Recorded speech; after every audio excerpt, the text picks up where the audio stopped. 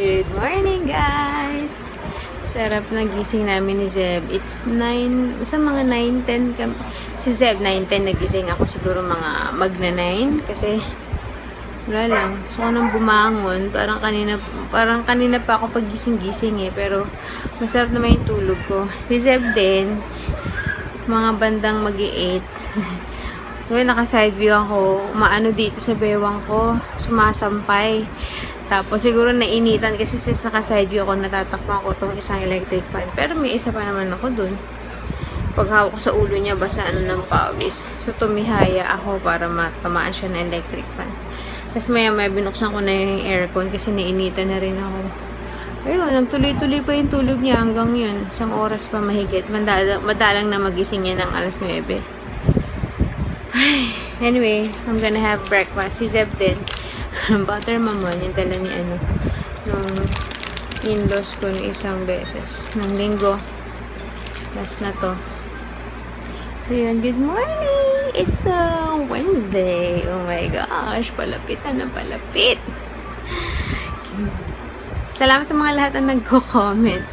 Oh, yung mga excited na daw silang makita si Zach. Diyos ko kung alam nila gano'n din ako ka-excited kasi wala akong idea how he looks like. Meron lang akong 3D ultrasound niya. 18 weeks pa lang siya. Hindi pa siya chubby-chubby nun. So, gusto ko makita yung katulad ng kamukha ni Zed. Ay, nako. Okay. Good morning. Look at Zed. Look at what Ate Sel did to Seb. Come here, look. Come here. Can I see? Uh-oh. Kita ba? Come here. Look. Uh-oh. Ano nangyari? Pinabarang kasi ni Sel. Galing sila sa labas. Anyway. Yeah, done with my mamon. And I'm gonna have some iced tea. Sabi ko, no more iced tea this week eh. Kaso si Sel minsan automatic pag nilalaan ako ng breakfast, may kasama ng iced tea. Kaya hindi ko na natupad. So, yeah. Look at my tummy. Kabingi. Siguro, this is the puwet. Is this the puwet or the the tuhod? Kasi yung ulo niya nandun na sa baba eh. Ay, oh. Do you want to meet your baby brother na? Huh? Huwag ka magsiselos ha, baby ha? Don't be jealous ha? Ay, thank you for lotion. Thank you my lotion. Can I have some? Uy, no. That's not for the face! Mamsal!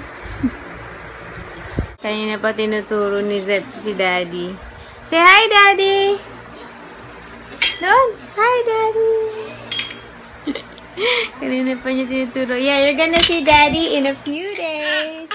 Hello, hello. Okay. Oh, does it hurt? Okay, Mommy will kiss it. All better! Don't step on it kasi. Ganyan siya kasi wala na pala siyang t-shirt. Kaya naglalabas si Sel. Huh? Wala nang damit? Para kang magbibit siya. Mamaya, pang-alis na lang yung susuot ko. Wala na siyang pambahay. Pag pang-alis na lang. Okay lang, mainit naman eh. So yeah, I've been watching vlogs pa lang. And playing with the xylophone. Hindi ko alam anong oras na eh. Pero yun, ang ulam daw namin ay sinigang na bangus. So yun. Hindi pala ako makakapunta ng check-up today. Nalulungkot ako. Oo, iyan. Hindi kasi today na rin yung today na rin yung libing ng tito ko. So, syempre, pupunta sila papa.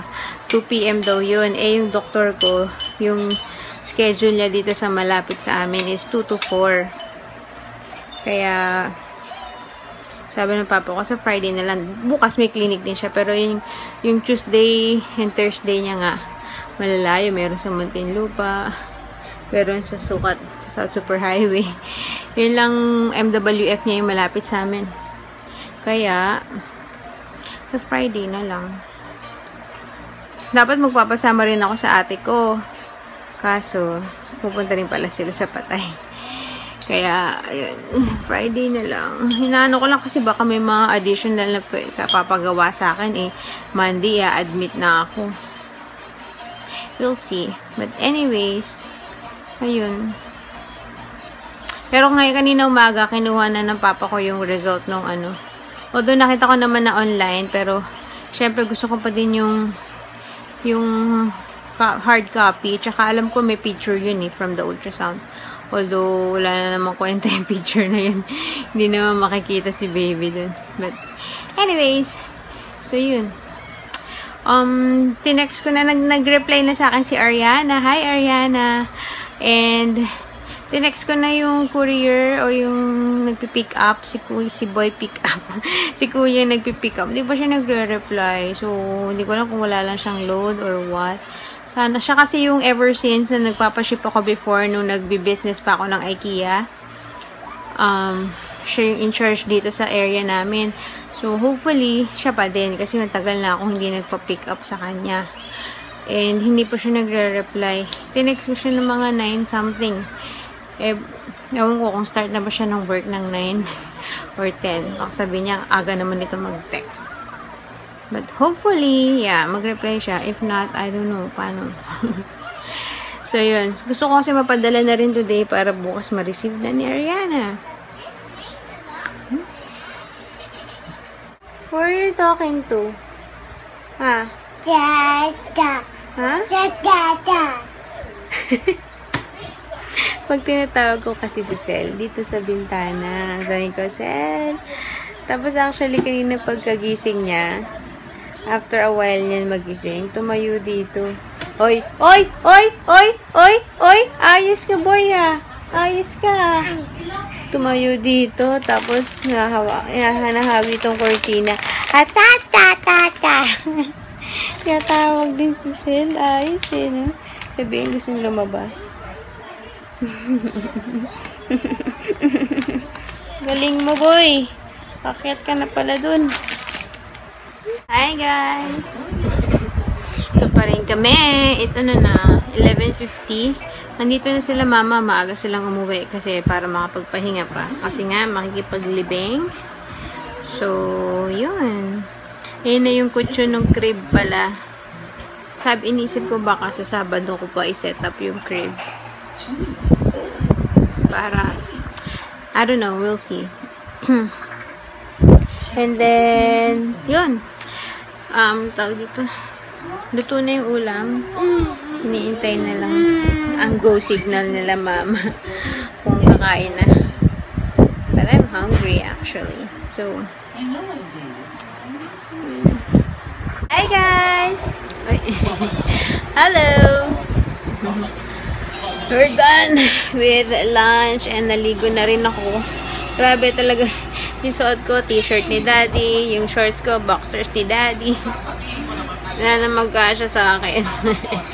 Kasi, usually, susot ko yung mga damit kong, yung normal na damit na sinusot ko pag hindi ako buntis.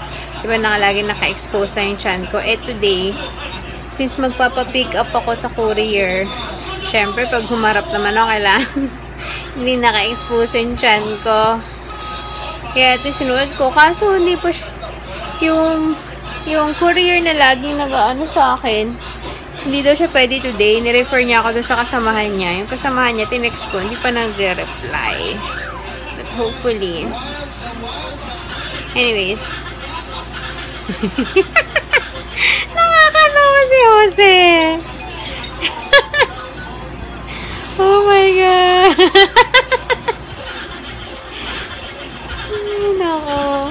Kaya naman talaga gusto ko dito sa Itbulaga. Anyways. Si Zeb, I don't know kung matutulog to kaagad kasi ang late niya nagising, diba? 9 plus. So, I'm not really expecting. Pero, we'll see. So, yun. Laters. Sila mama, nagre-ready na paalis na sila in a while. Papunta sa Andray nung lobby ka. Papunta sa doon sa anong tawag doon?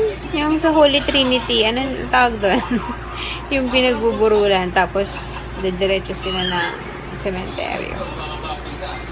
Yun lang. See ya later. Hi guys! Hello! Init pa ulo bagong gising. It's 5:30 na. And, yun. Medyo mahaba. Nakatulog siya mga 2:45. Pwede na. Haba na ng tulog mo. Ako mga 3 plus na ako natulog. Tapos, nagising ako 4:30. Kasi ang init eh. Kaya nga, iniwan ko na siya dito sa kama. Kasi pag magkatabi kami, sinisiksik ako na sinisiksik. Yung ulo niya, inaano niya sa likod ko. Kaya ang init niya, ay basa yung pawis yung ulo. Kaya bumaba na ako dito sa babang kama. Why? You don't like that? Init usus. Wait lang. What's that?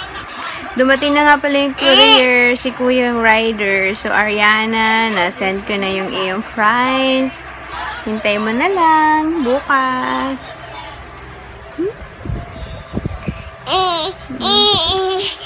Hey guys! We are done with dinner. The usual routine. And then, naligo na ako. And then, si Zeb. Nandun pa rin kila Self. Kasi, pagka nandun ako, pag during meal time, hindi ganun karami nakakain ni Zeb. Tapos, pag alis ko, habang naliligo ako, stay pa siya doon. Tapos, pinapakain pa rin siya ni Sel. Ayun, kaya dumadami pa yung kain niya. Kaya yung kanyang eating time, humaabot ng 1 oras mahigit. Aray ko. Kaya yun. Yeah. Wala naman kasi masyadong naganap today. Ay, ano pala today? Massage day. Kaso yung nagpunta, yung usual masahista, nasa ibang booking. So, ang pinapunta niya yung sister niya. Yung mas matanda niya kapatid. Na-try ko na yun before. Hindi ko masyado gusto yung niya, mas madiin, mas mabigat yung kamay. Sayang, I was thinking pa naman magpamasahe today. Oh well. Next week, hindi rin, kasi nasa hospital pa ako. For sure. Kasi, Tuesday ako bibiyakin eh. So, Wednesday, nasa hospital pa ako for sure. Next week na lang. So, susunod na linggo na lang akong pagpapamasahe. Grabe. Ano pa na yung ko? Dami ko ulit nakain, as usual. Anyways, so yun lang. Mamaya na ako mag-good night pagka nandun si Zeb. Guys, yun naman to. Pinalinya niya yung toys niya at pinalagyan ng kumot. Sleep na kayo ng toys? Sleep na kayo with Mr. Bear, Elmo, Mickey. You kiss them good night. You kiss them good night. Sus. Anyway, magna 9 na siguro, or maybe 9 na, kasi nanonood na ako ng Pangako Sa'yo. So, I'm just gonna end the vlog now.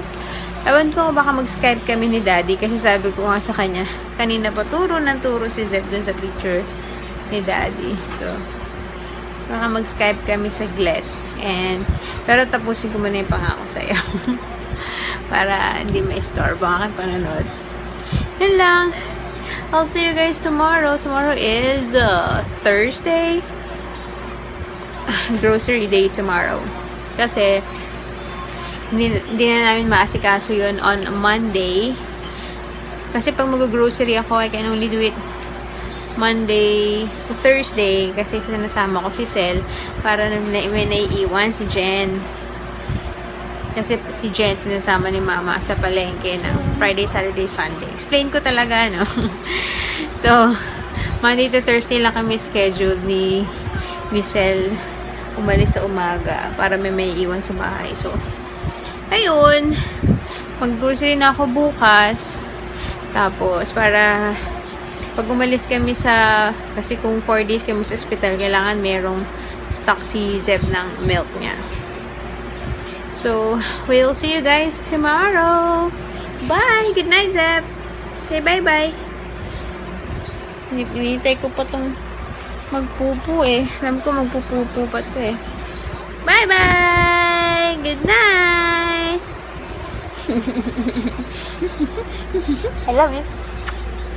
I love you. I love you. Bye, guys.